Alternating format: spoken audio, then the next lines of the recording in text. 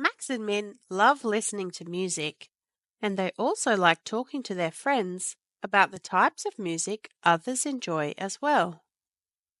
In videos 3.7.1 and 4.7.1, the twins conducted music surveys to find out which types of music were the most popular at their school.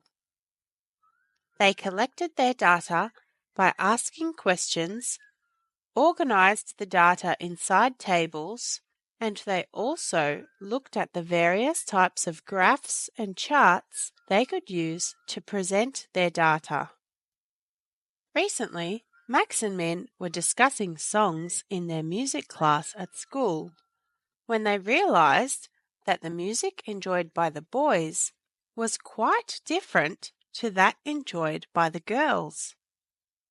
The twins decided to ask each student, 13 girls and 14 boys, about their favorite music, and they recorded the data collected in this table, which shows the 3 most popular music categories and which ones were preferred by the students.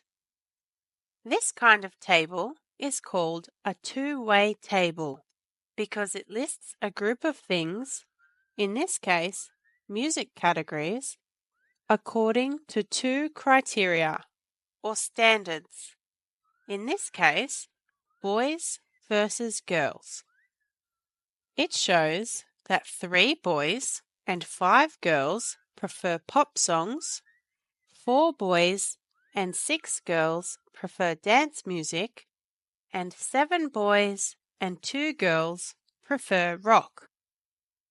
Max and Min put this data into a simple spreadsheet on a laptop so they could quickly generate some graphs, including a side-by-side column graph, a side-by-side bar chart, pie charts, and a line graph. With pie charts, the twins found that the spreadsheet software would only generate 2 separate charts, one for the boys and one for the girls, so they would have to show them side by side to compare. The line graph showed a boy's line and a girl's line on the graph together, which was perhaps a slight improvement on the 2 pie charts.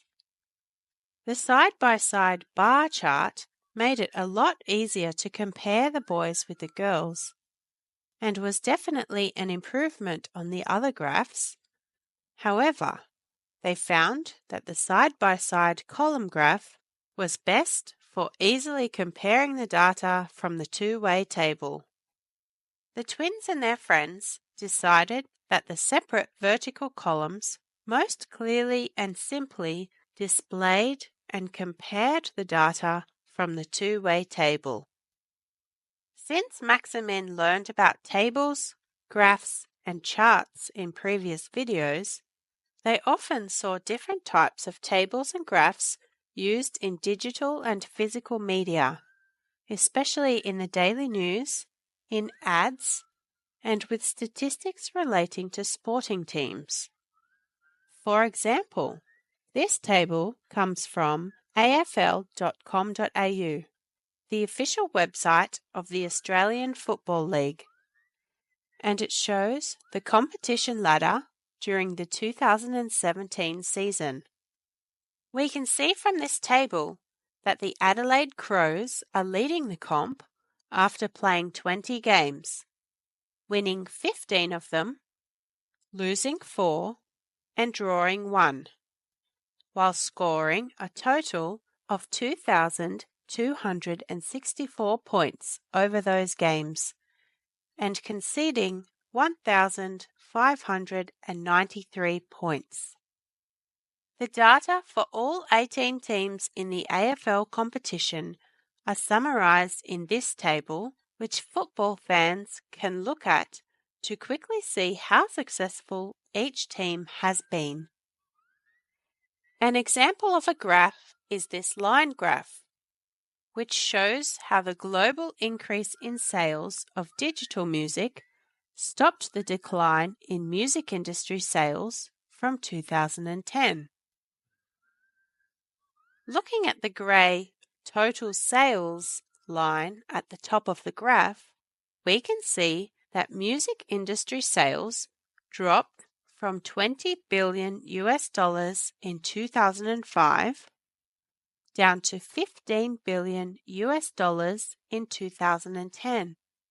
However, from 2010 to 2015, that line has flattened out, indicating that the industry stopped its falling sales and maintained about a $15 billion income each year.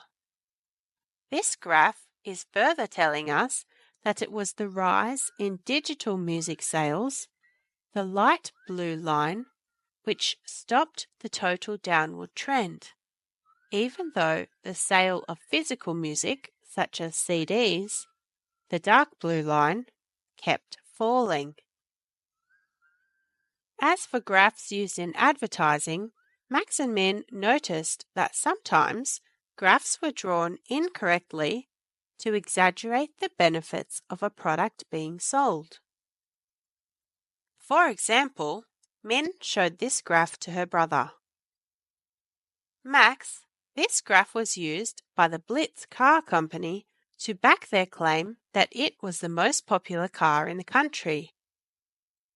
Glancing at this column graph, it looks like, by the height of the Blitz column compared to sales of the next 4 most popular cars, that the Blitz car is a lot more popular than other cars. However, Max, there is one glaring fault with this graph. Can you see it? Sure, Min. When you look closely, you can see that the scale used on the vertical axis of the graph is wrong. Column graphs like this should always use a scale that starts at 0 at the bottom, so column heights are correct and comparisons between columns are fair. That's correct, Max. The graph should have been drawn like this.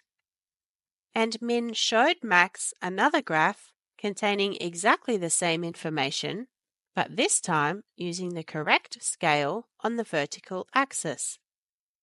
Look at this, Max. When the columns are drawn with the correct scale, you can see that Blitz did sell the most cars. However, the numbers for all the top 5 cars were actually pretty close.